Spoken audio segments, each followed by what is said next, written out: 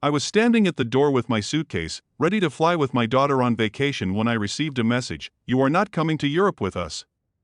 My husband prefers this vacation to be a family vacation. They took only my father-in-law and mother-in-law with them and left me behind. This is after I paid for their new house, so I canceled all the payments and sold it. You won't believe what happened when they came home. Before we continue, please subscribe to the channel and let us know where you were listening in the comments. I was folding my favorite travel shirt when my phone buzzed against the nightstand. The blue cotton felt soft between my fingers as I smoothed out the wrinkles, thinking about wearing it to dinner in that little bistro Lindsay had found near the Louvre. My suitcase lay open on the bed like a promise, half filled with carefully chosen clothes for our European adventure. The weather app showed sunny skies in Paris, perfect for the walking tours I'd printed out and tucked into my carry-on. I'd been humming an old Frank Sinatra tune while deciding between my brown leather shoes and the comfortable walking sneakers. The tickets to Charles de Gaulle sat on my nightstand next to my passport. Both documents crisp and ready. 6 hours until departure. My heart carried that familiar flutter of pre-travel excitement mixed with nervous energy.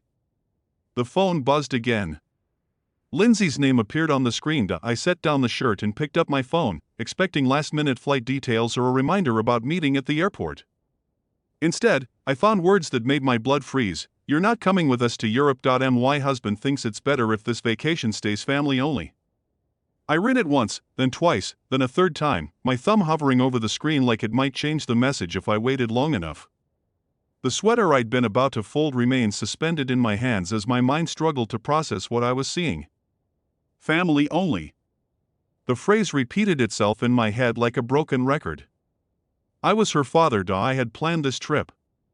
I had bought the tickets, researched the restaurants, mapped out the itinerary during countless late-night planning sessions. What did family only mean when you were talking to your own father? I sat down heavily on the edge of the bed, the suitcase still gaping open beside me. My hands trembled slightly as I typed back the only response I could manage. "Okay." The weight of disappointment settled into my chest like a stone. I looked around my bedroom, seeing everything I'd prepared for a trip that would never happen: the travel-sized toiletries lined up on my dresser, the guidebooks with yellow sticky notes marking places we'd planned to visit, the new camera I'd bought specifically for this vacation, still in its box. I closed the suitcase with deliberate, careful movements. Each click of the latches sounded final in the quiet room. Then I called the airline, listening to hold music while I waited to cancel my ticket. The customer service representative was sympathetic but efficient.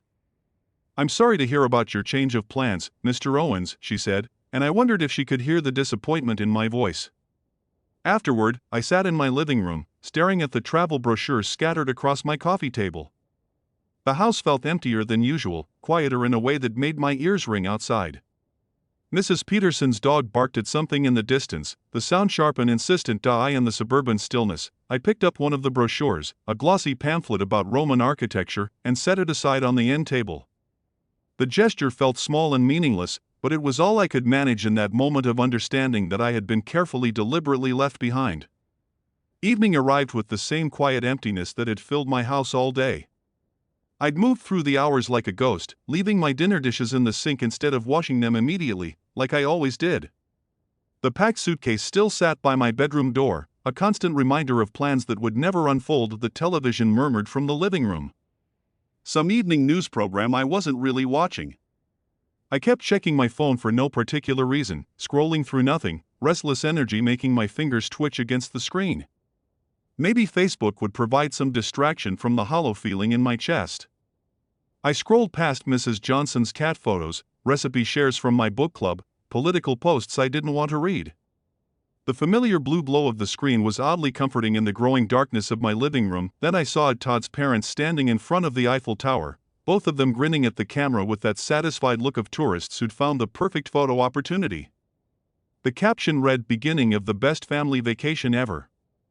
The timestamp showed it was posted 2 hours at go.my. Thumb froze above the screen. Maybe they'd taken a separate trip, maybe this was an old photo they just decided to share. My heart began beating faster as I clicked on the profile to see more photos. There it was, same location, same time, but this photo included 4 people: Todd's parents, Todd and Lindsay, all of them clustered together in front of a Parisian cafe, wine glasses on the table behind them. Lindsay's caption made my stomach drop. So grateful for family time in the city of light. I counted the faces in the photo with trembling fingers. 1, 2, 3, 4. The word family burned in my mind like a brand. I set the phone down on the coffee table, its screen still glowing with their happy faces. I stood up and paced to the kitchen window, looking out at my neighbor's house, where warm light spilled from the windows. Families together for the evening. The betrayal hit me in waves, each one stronger than the last. I picked up the phone again, hoping I'd misunderstood, somehow hoping the photos would tell a different story. But they were still there. Timestamps still fresh, their smiles still bright and carefree, the four of them together in the city I dreamed of visiting, spending the vacation I'd planned. Using the itinerary I'd researched, I walked back to the kitchen window and saw my own reflection staring back at me, ghostly and hollow-eyed. Behind my reflection, the phone screen showed their group photo, their happiness overlaid with my solitary image in the glass.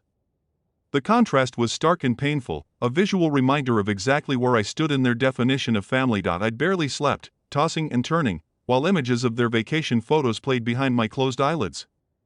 Morning came with gray light filtering through my bedroom curtains, and I knew I needed answers. I couldn't let this stand without understanding why. My coffee mug shook slightly in my hands as I sat at the kitchen table rehearsing what I would say to Lindsay. The time difference meant it was afternoon in Paris, perfect for a call. I took a deep breath and dialed her number, listening to the expensive-sounding international ringtone. 3 rings, 4 rings. Then her voice, bright and cheerful. Hi, Dad. I could hear background noise. Todd's voice. Street sounds, the bustling atmosphere of a European city. I need to understand something, I said without preamble. What's that? She sounded distracted, probably looking at some monument or shop window. I saw the photos on Facebook. Todd's parents are there with you. There was a pause, a long one. Then her voice changed, becoming defensive. Dad, we can explain. You said it was family only. What am I then? Her tone shifted colder. And now look, Todd said you can be overwhelming. He didn't want his vacation ruined. The word overwhelming hit me like a physical blow. Ruined. I planned this trip. I bought the tickets and Todd's parents paid for their own. They don't expect us to take care of them constantly. The word hung in the air between us like an accusation. I supported you both when that was your choice. She interrupted. We never asked for a guilt trip. I could hear Todd laughing in the background about something else entirely. His voice, carefree and oblivious to our conversation. The sound made my jaw clench. Honestly, Dad, Lindsay continued, her voice hardening with each word. Todd was right, you're too needy. The phone felt heavy in my hand. I understand. Good, we'll talk when we get back. Understood. I hung up without saying goodbye. I set the phone down with deliberate care, the word needy echoing in my mind like a curse. I walked to my office, drawn by some instinct I couldn't name.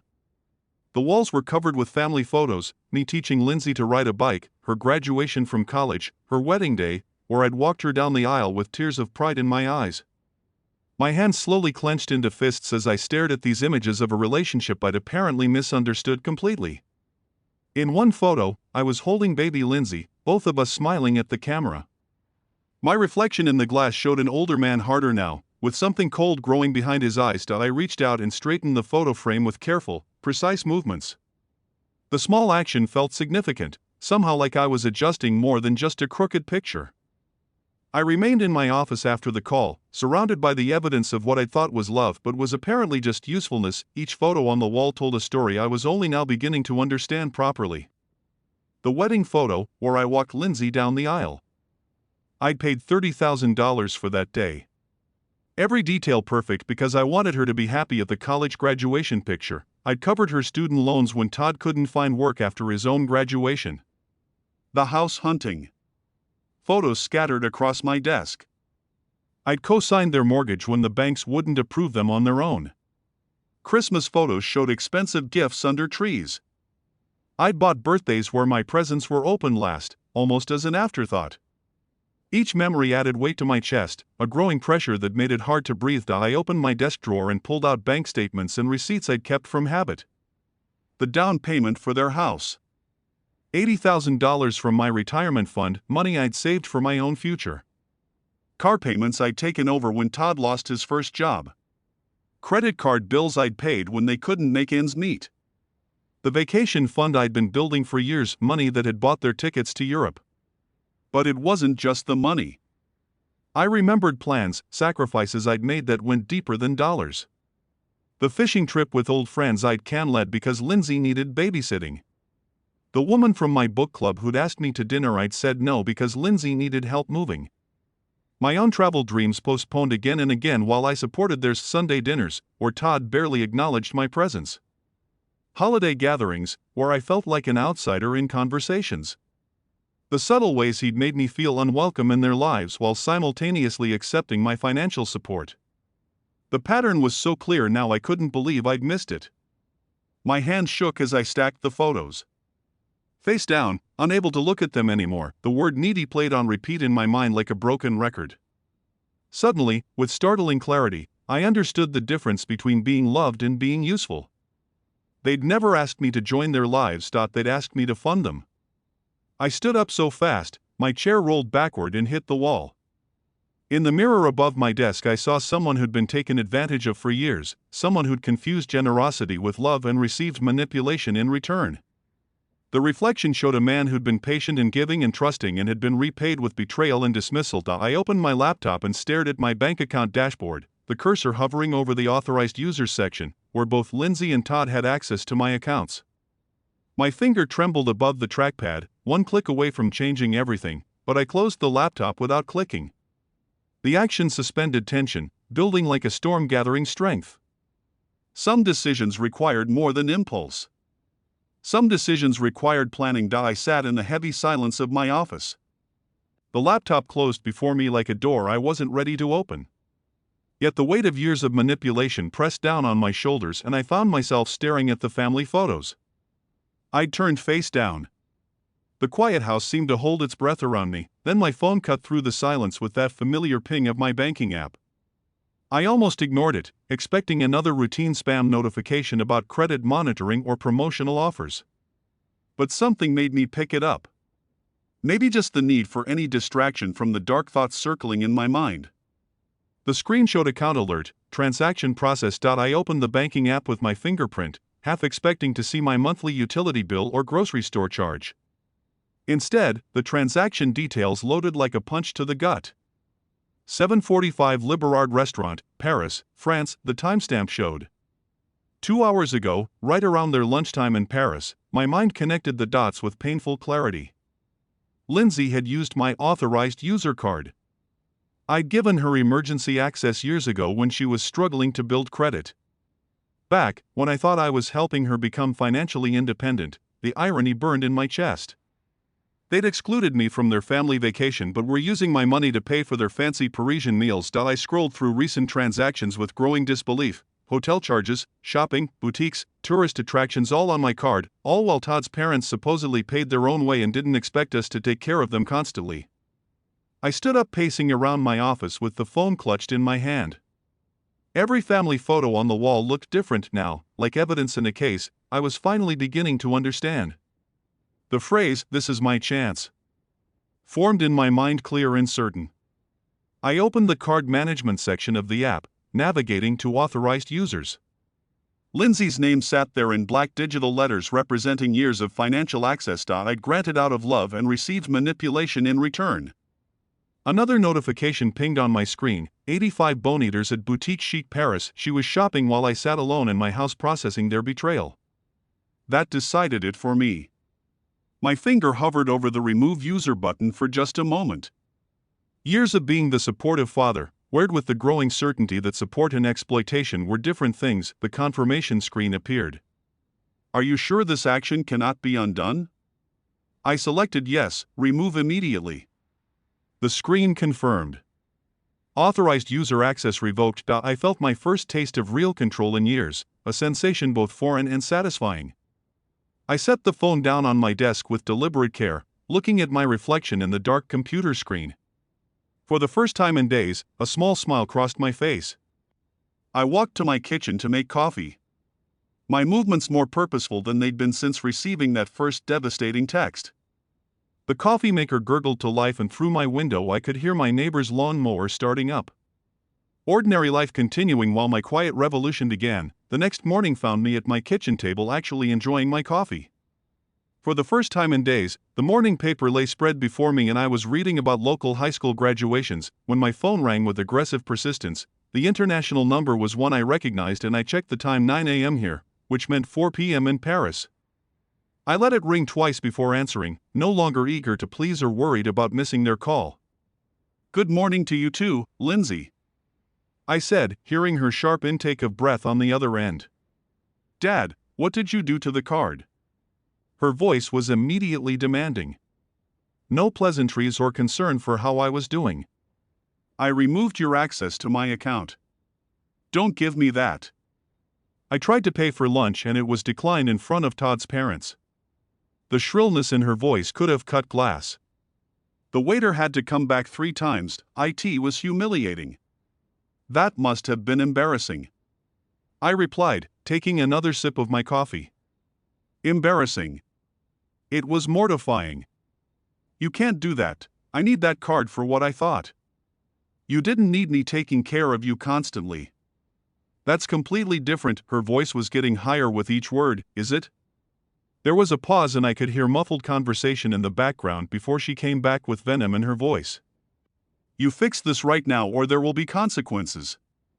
"What kind of consequences?" "Todd and I have been talking. When we get back, we're looking into care facilities."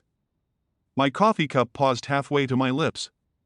"Care facilities? You're getting older, Dad. You obviously can't handle your finances responsibly." The cruelty in her tone was breathtaking. "We'll sell your house to pay for it." "You don't need all that space anyway." I heard Todd's voice in the background. "Tell him it's for his own good." "Todd says it's for your own good." I sat in long silence processing these threats. They wanted to institutionalize me and sell my home because I'd stopped funding their vacation spending. The audacity was staggering. "Dad, are you listening?" "Restore my card access." I heard every word. "Good, so you'll fix it." "No, what do you mean, no? I mean no." "Enjoy the rest of your family vacation, Dad, don't you dare." I hung up and set the phone face down on the table. My hands were steady as I took a long sip of coffee, looking out my kitchen window at my well-maintained yard. This house I'd lived in for 30 years paid off in full, with my name alone on the deed. The house they thought they could sell to warehouse me somewhere convenient. I stood up with new purpose, leaving my coffee unfinished, and walked toward my home office with determined steps. There was work to be done. I pulled my house deed from the filing cabinet, spreading it across my desk like a battle plan. But it wasn't my own deed. I was studying. It was the second property document, the one for Lindsay and Todd's house on Maple Street. My name alone on the title, just as it had been since I bought it for them. I remembered the conversation 2 years ago, just for the mortgage approval. "Sweetie, we'll transfer it to our names once everything's settled." They'd been too busy with their lives to handle the paperwork, always promising to get around to it next month, next season, next year. I found Marcus Chen's business card in my desk drawer. He'd sold me both properties. A trustworthy man who understood discretion. I grabbed my keys and headed for the door. The drive to his office took me through familiar Davenport streets. Mrs. Patterson waved from her garden as I backed out of my driveway. Her friendly gesture, a reminder of the ordinary morning. This appeared to be 20 minutes later. I parked at Ken Real Estate, housed in a converted Victorian that Marcus had restored with obvious care. Marcus looked up from his computer as I entered, surprise and pleasure crossing his features. "Gary, good to see you. How's retirement treating you? I need to sell the Maple Street property quickly."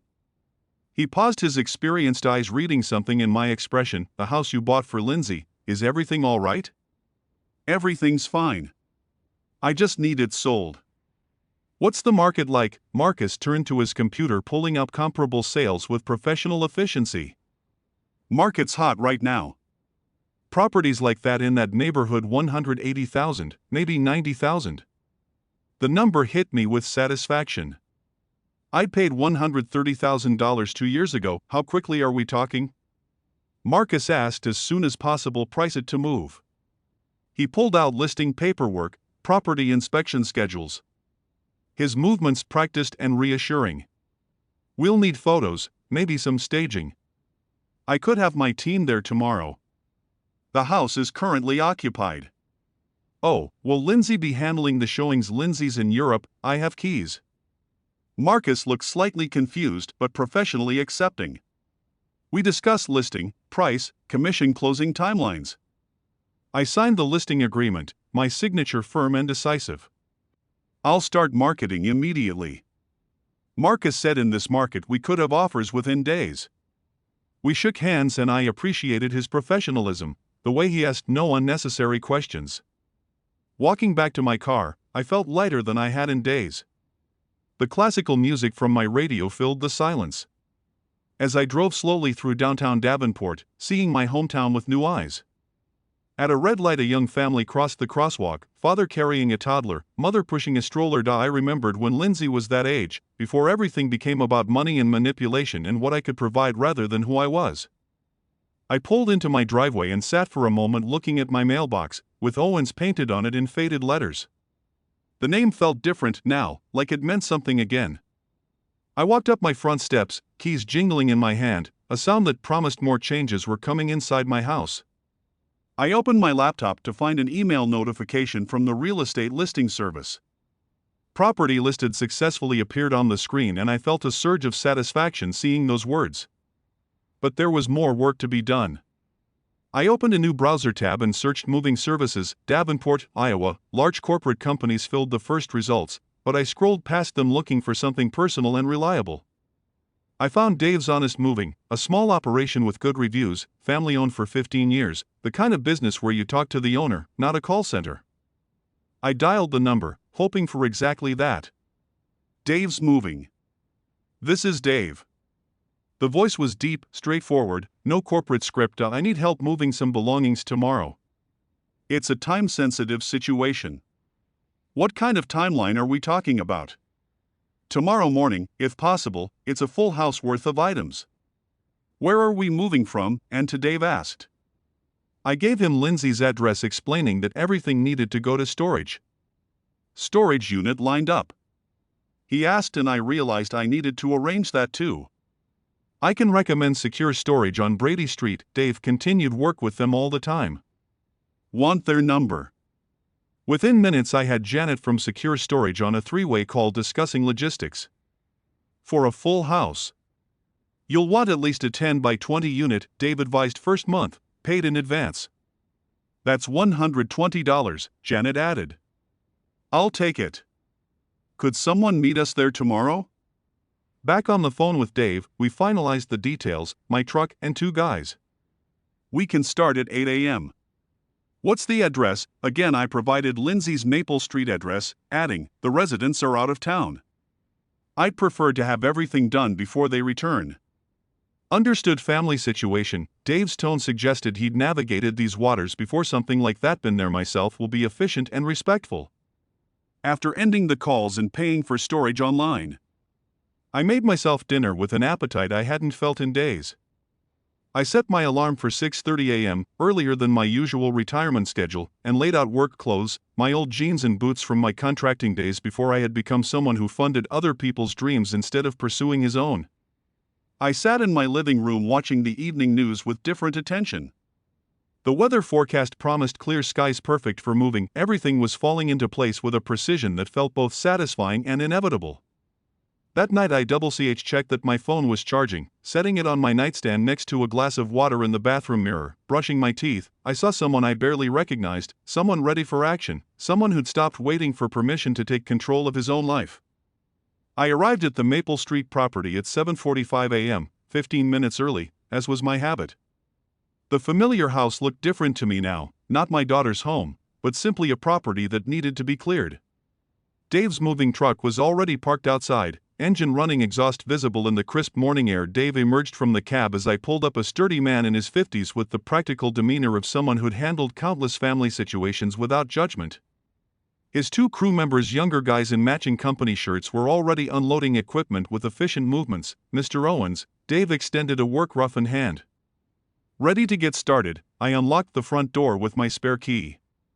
The house silent and empty in a way that felt appropriate. We walked through room by room, Dave, assessing furniture and personal items with a professional eye. This is going to take about 3 hours, maybe 4, with the heavy pieces, he said. Making notes on his clipboard, I pointed out what belonged to Lindsay and Todd, which was everything: the expensive sectional sofa. I'd bought them last Christmas. Todd's elaborate home office setup with gaming equipment. Lindsay's extensive wardrobe that filled 2 walk-in closets. The crew started with boxes from the bedrooms, wrapping and labeling.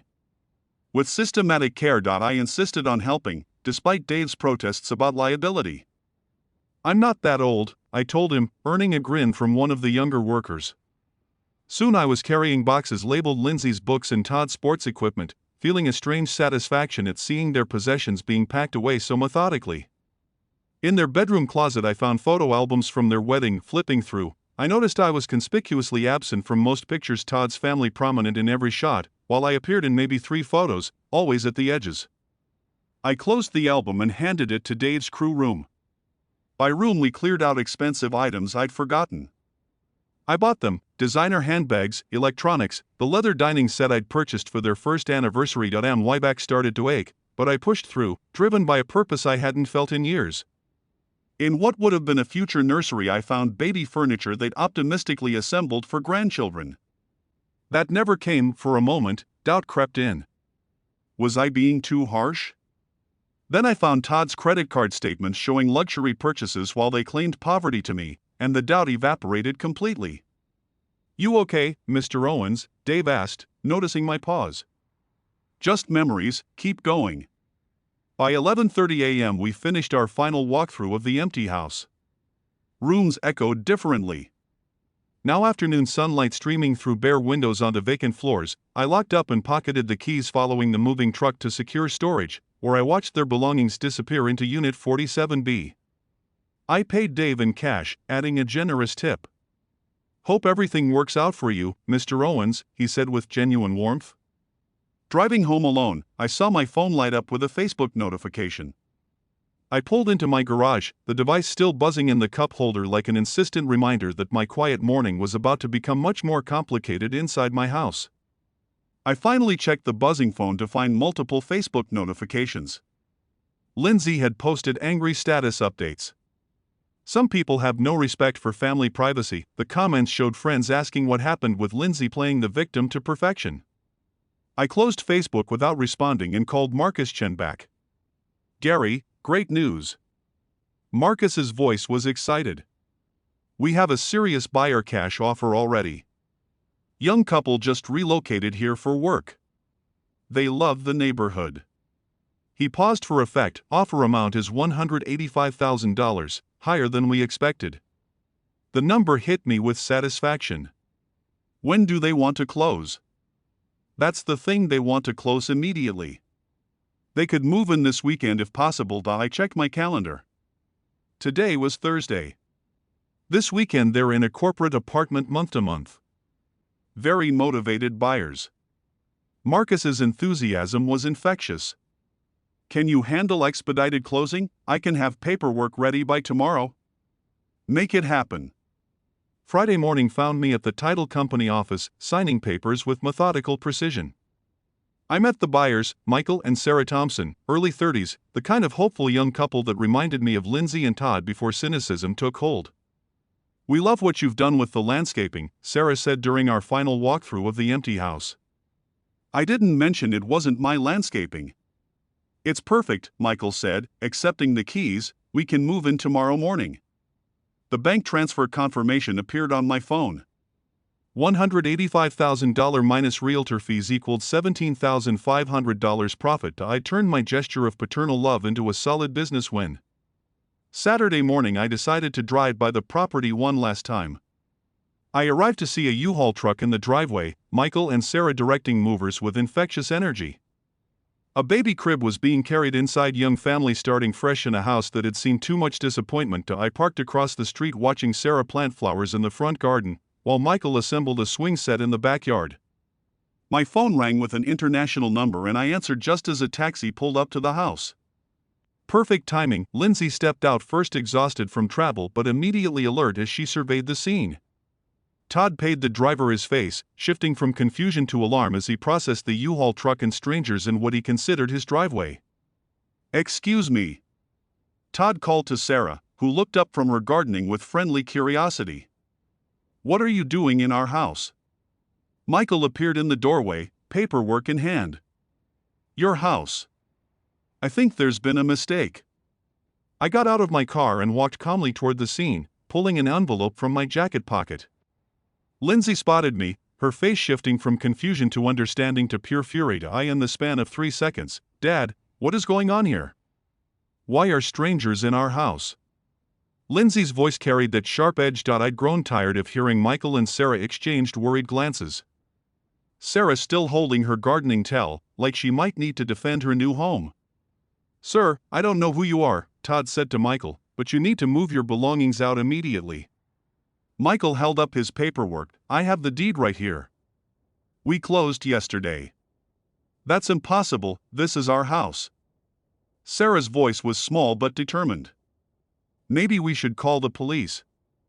I stepped forward, my voice carrying the calm authority I'd learned in my years managing construction projects. "That won't be necessary." Lindsay's tone turned demanding. "Dad, fix this now." I addressed Michael and Sarah first. "I'm sorry for the confusion, please continue with your moving." Then I turned to Lindsay and Todd. "The house was sold because it belonged to me." Todd's face reamed. "What do you mean belonged to you?" "Check the original deed. It was never transferred to your names." Lindsay's voice rose to that familiar shriek. "You can't just sell our home, I can sell my property." I replied evenly, which is exactly what I did. "This is theft." "Well, sue you." Todd was practically shouting.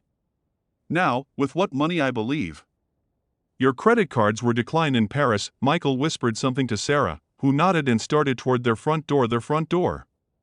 "Now, please go inside." I told them this doesn't concern you. Lindsay's voice turned desperate. "Where are we supposed to live?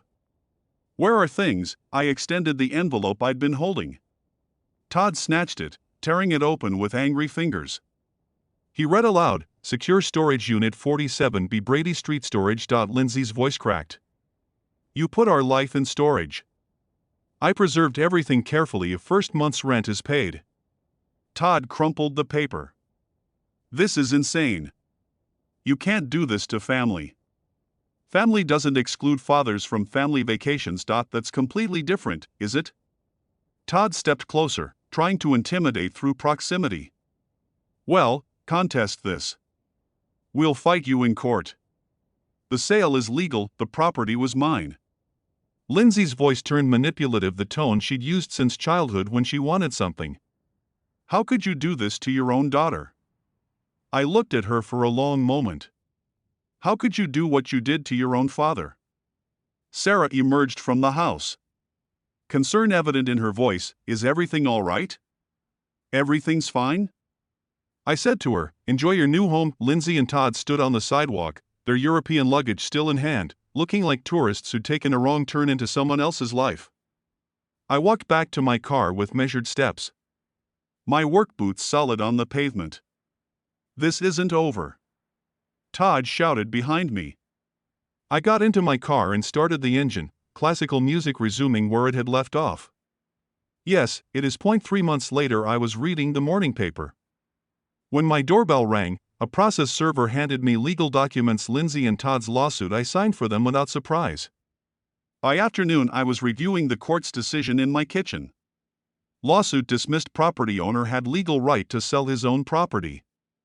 The judge had been thorough and unsympathetic to their claims. Todd and Lindsay were responsible for their own attorney fees. My lawyer called within an hour. "Clean victory, Gary. They have no grounds for appeal." The local newspaper ran a small article. "Family property dispute resolved." I filed everything in my new folder labeled Legal Victory and moved on with my day. The town's gossip network had been buzzing for months. At the coffee shop, I overheard conversations. I always thought that son-in-law seemed entitled. Others said, "Gary Owens worked hard his whole life. He deserved better. Some disapproving voices murmured family should stick together, but I'd learned to let others' opinions roll off me like water running into Marcus Chen at the hardware store.